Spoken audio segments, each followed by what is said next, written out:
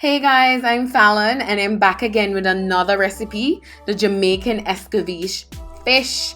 And let me tell you, this is one of my favorite things I love to have on the beach with some festival or fried bami. Like seriously, it's a game changer. Anyway, let's get into it. So right now what I'm doing, I'm cleansing the fish with lime. You can use vinegar if you like, just to get that raw smell, and of course to sanitize the fish because you don't know where it's coming from. I cut the fins off and I slice the fish diagonal 3 ways. The reason for this is to get the season in. So whatever seasoning you're using, whether it be salt, pepper, paprika, Cajun, the slices is just to soak everything in.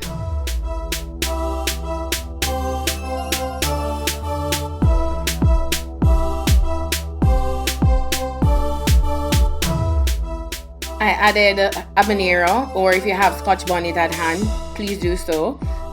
Some pimento.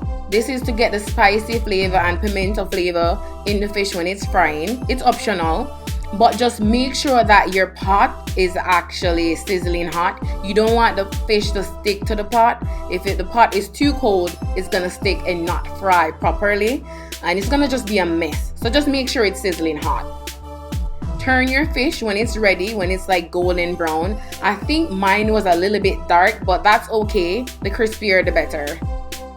My god, look at that. Amazing.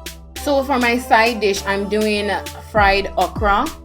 I'm gonna make a video for this, so just look out for that video. I'm not gonna go into details with that, but it's pretty much flour, eggs, and Cajun seasoning with salt and pepper. Put it in the fryer and get it crispy. Nothing much to it. So I'm adding the Escovitch sauce. I started adding it before I videoed and I just kind of messed it up. But anyways, here it is, guys. Isn't that beautiful? It looks fantastico.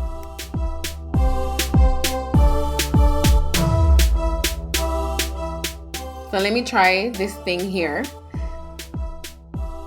Thank you guys so much for watching again. It was a pleasure as usual. Like, share, and subscribe.